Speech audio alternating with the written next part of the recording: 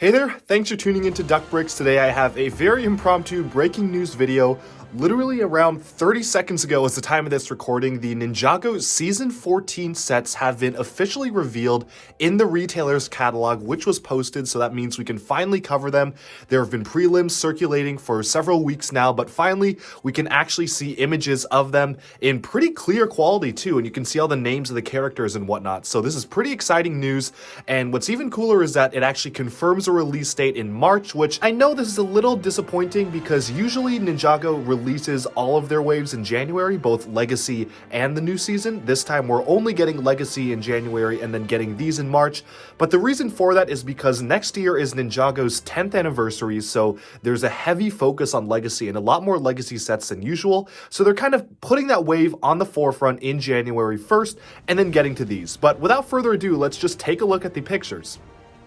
Before we get into the sets, we can take a look at this season overview page, which features the largest set, the Catamaran Sea Battle.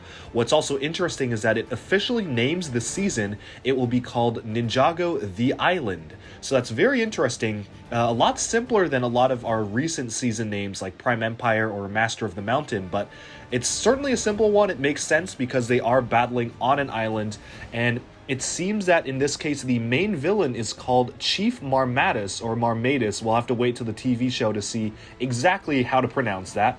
And the generic warriors are called Thunder Keepers and Rumble Keepers. So there is a heavy focus on calling them keepers, although keepers of what? I'm not entirely certain. There seems to be some collectibles scattered throughout the sets in the form of these discs or shields. You can see that in the Keeper's Village, you can place one of these on a pedestal. So maybe they're keeping some artifacts and whatnot. And the official form of the ninja here are called Island. So you've got Island J, Island Kai, and Island Zane in this set.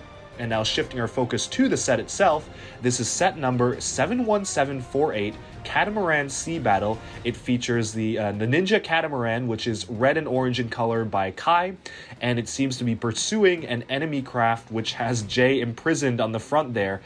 Who knows if that will actually correlate to the show, but it is nice to see kind of some details around that, and it also was nice to see some cloth sails because from the looks of it, to me, these are cloth. They're a pretty higher quality material as compared to some other sail material. So it's certainly a very interesting color scheme they have going on here with the turquoise and the purple, the lavender color and whatnot. So it's a very interesting set to see.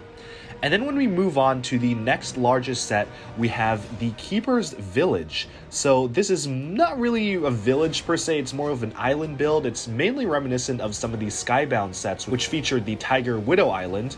But you can see here that this is very reminiscent of the original LEGO Pirates Islanders theme. You've even got some of the shields, the same shield mold that they used there. But of course, it is very different in terms of having a more unique and fantasy-like feel.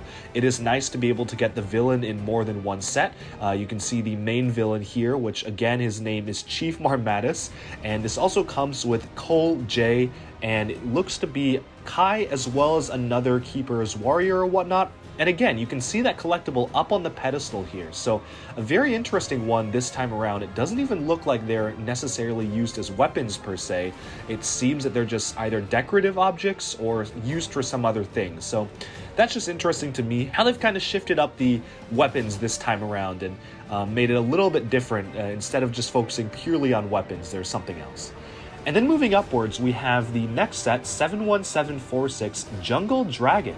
So this looks to be another Lloyd Dragon set, except this time it is in teal and turquoise, which is particularly interesting to me because it seems that that is the color scheme of the villains. The villain vehicles all have a lot of teal scattered throughout them, so it's kind of interesting to see one of the ninja using what looks to be a villain color schemed animal against them. That being said, you can see some chains on its legs and whatnot. Perhaps in the storyline, Lloyd frees a dragon from their captivity. And looking a little bit closer at this, it seems that it has a newly molded head, but there's a really unique parts usage with the tail and the tongue there, and you can even see there's some brick build aspects to the head as well. So I actually do really like this head. I feel like it is a good blend between brick built and molded, so that is pretty good. It also does come with another Jungle Zane, so it is nice to get his hair in silver finally, although we will be getting some of the legacy sets. Finally, we have set number 71745, Lloyd's Jungle Chopper Bike. and this is a two-part vehicle. You can see in this image it is separated. In the preliminary images, it showed that sail piece kind of stuck on the back of the bike there. And yes, this is another motorcycle build, but I'm gonna be honest, this is one of the more interesting motorcycle builds we've gotten in the past years from Ninjago. It has a cloth, or maybe at least a vinyl fabric type piece that's used as a sail on top. I mean, that's pretty unique for a motorcycle. There's some pretty interesting shaping with the angular parts on the front there, and so this is actually a pretty unique build. I don't necessarily mind this, and it's not like the thousands of other motorcycles we've gotten in the past that are barely distinguishable from each other. This one has actually got some interesting stuff going on. But that about wraps up a relatively small wave for Season 14. This is pretty much all that we've seen so far. I do not know if there are any more Season 14 sets coming, but this looks like it's pretty much accurate to exactly what will be in the season. Again, a smaller wave, but that's because Legacy is getting the main focus. Now, if we take a look at the bottom, we can see a closer look at the minifigures in profiles. So, obviously, Island Lloyd has leaked many times before, so if you want to see pictures of Island Lloyd, just go on Instagram or whatnot, and there are tons of pictures of him in very high quality. He's got some face paint, it looks really cool. But what we haven't seen are close-ups of the villains or the other ninja, starting off with Island Nia here, which is retaining that light blue and silver color scheme. We've got the Rumble Keeper, which seems to be a generic baddie. Island Zane, which again uses his silver hair. They did not actually mold a headband into his hair like Nia's. They've only molded headbands into Kai's, Jay's, and Lloyd's, and then Cole is using his Ninjago movie hairpiece, which conveniently already had a headband in it. But then moving on, we have a Thunder Keeper. I'm very curious to see how that mask piece attaches.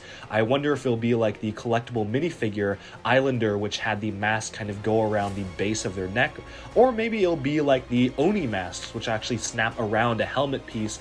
I'm guessing it'll be the former, but we'll have to see. We have Polaric, which has a minifigure with two heads stacked on top of each other, which is always kind of funny to see. They did stuff like that in Hidden Side, but you rarely ever see kind of a stack of heads on minifigures in a set, so it's kind of a funny character. I'm sure this guy will either be some sort of side character or comedic relief on the villain end of things, but we'll have to wait and see on the show to see how that turns out. And then we have Island Kai. We have seen his hairpiece with headband in one of the new Legacy sets, but we also have Island Jay and Island Cole, which are very interesting torso prints here, actually a lot more detailed than the ones that we have been getting in the recent years, so that's pretty nice to see. And then again, a close-up look at Chief Mamadus, or Mamadus, and that is a very ornate headpiece there. Looks like you can actually include the teeth pieces, if anyone's familiar with Bionicle, they are the Baraki teeth pieces on the side, so you can attach all sorts of things there, although his main weapon, which is just a staff with a purple lightning tip, is relatively simple and common, and nothing too interesting about that, at least compared to other villains' main weapons. I think the look of this one reminds me the most of Chen, who had a very ornate headpiece, a cape, but he also had a pretty unique staff, which this one is pretty simple in comparison. But that about sums up this quick video taking a look at the Ninjago Season 14 sets. Do you like these sets? Do you wish there were more? And what do you think about them? Let me know down in the comments below, and stay tuned to DuckBricks for even more LEGO news, reviews, discussion, and analyses coming your way very soon. Thanks, and bye-bye for now.